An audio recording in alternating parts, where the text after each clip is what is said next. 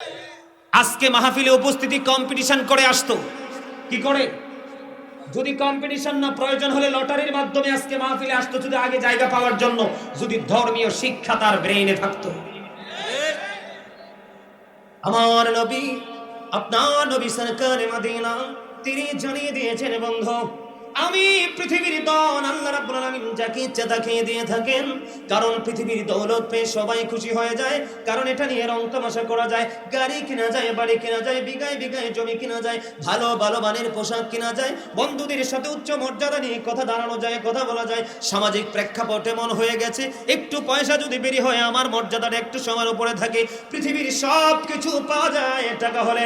আমার নবী বলেছেন আল্লাহ রাব্বুল আলামিন দুনিয়ার সম্পদ যাকে ইচ্ছা তাকে দিয়ে থাকে, কিন্তু দুনিয়ার দিনের শিক্ষা আল্লাহ যাকে ইচ্ছা তাকে দেয় না।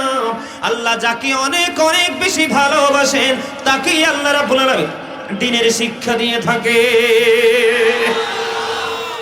আপনি বড় বাড়ি করার পরে খুশি হয়ে গেলেন, আপনি গাড়ি কেনার পরে খুশি হয়ে গেলেন, 10 তলা 20 তলা 5 তলা ভবন বানানোর পরে আপনি খুশি হয়ে গেলেন, আপনার বাড়ির আগে নাই জমিন আছে, এই জমিন কিনতে পেরে আপনি খুশি হয়ে গেলেন।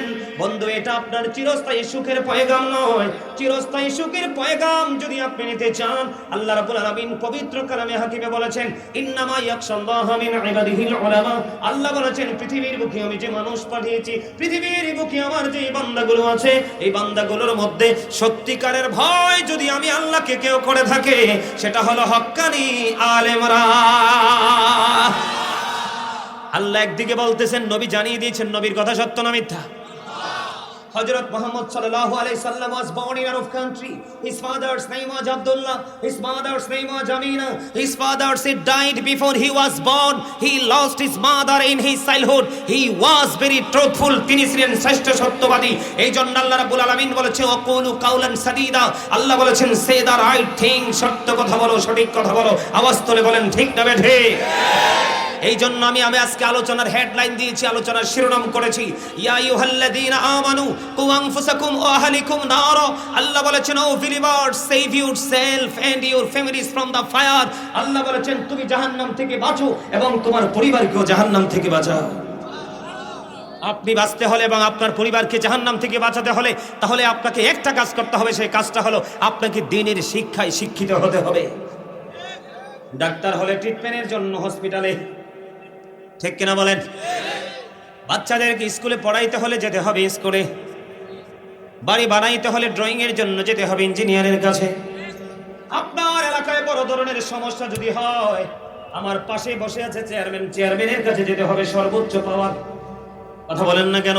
ঠিক তেমনি ভাবে আল্লাহর পথে, রাসূলের পথের প্রতীক হতে হলে আপনাকে ওই আল্লাহ রাসূলের পাগল আলেমদের কাছে চলে যেতে হবে, ঠিক কিনা বলেন? আর জোরে আর একটু মহব্বতে বন্ধুরে আমার কথাগুলো আপনারা একটু মন দিয়ে শুনবেন। আমি কি বলতে চাই, হযরতে শাহুল ইবনে সাদ রাদিয়াল্লাহু তাআলা আনহু থেকে হাদিস কানা বর্ণিত, আমার নবী হযরতে আলী রাদিয়াল্লাহু তাআলা আনহুকে ডেকে ডেকে বললেন, আলী রে, তোমার দ্বারা একজন মানুষের হেদায়েতের ব্যবস্থা হওয়া, তোমার দ্বারা তোমার মাধ্যমে একজন মানুষের হেদায়েতের পথে চলে আসা লাল ওটের মালিক হওয়ার চাইতে উত্তম। জোরে জোরে বলুন না সুবহানাল্লাহ। ইয়া রাসূলুল্লাহ, ইয়া হাবিবাল্লাহ, নবী গো, ও প্রাণের নবী, নবী গো, জানতে বড় মনে চাই গো, নবী লাল ওটের মালিক হওয়ার চাইতে উত্তম আমার মাধ্যমে একজন মানুষের সুশিক্ষা, একটা মানুষের হেদায়েতের ব্যবস্থা হওয়া। ইয়া রাসূলুল্লাহ, তার মানে তো আমি বুঝিনি। ও বন্ধু, আমার নবী যখন এই হাদিস শরীফটা বর্ণনা করতেছিলেন, ওই হাদিস শরীফটা যখন বলেছিলেন সাহাবীদের উদ্দেশ্যে, আমাদের উদ্দেশ্যে, উম্মতে মুহাম্মদের উদ্দেশ্যে, তখন তৎকালীন সময়ে ওই আরবদের কাছে সবচেয়ে বেশি, মরুচারীদের কাছে সবচেয়ে বেশি মূল্যবান সম্পদ ছিল তাদের লাল ওট। যখন আমার নবী যে হাদিস শরীফটা বয়ান করতেছিলেন, তৎকালীন সময়ে লাল ওটটা ছিল তাদের কাছে সবচেয়ে বেশি দামি।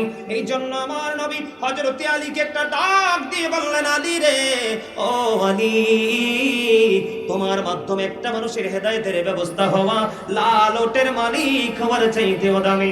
এখান থেকে বোঝা যায় বন্ধু, পৃথিবীর সর্বোচ্চ পর্যায়ের দৌলতের চাইতে উত্তম হলো দ্বীনের শিক্ষা অর্জন করে মানুষকে দ্বীনের দিকে ডেকে নিয়ে আসা।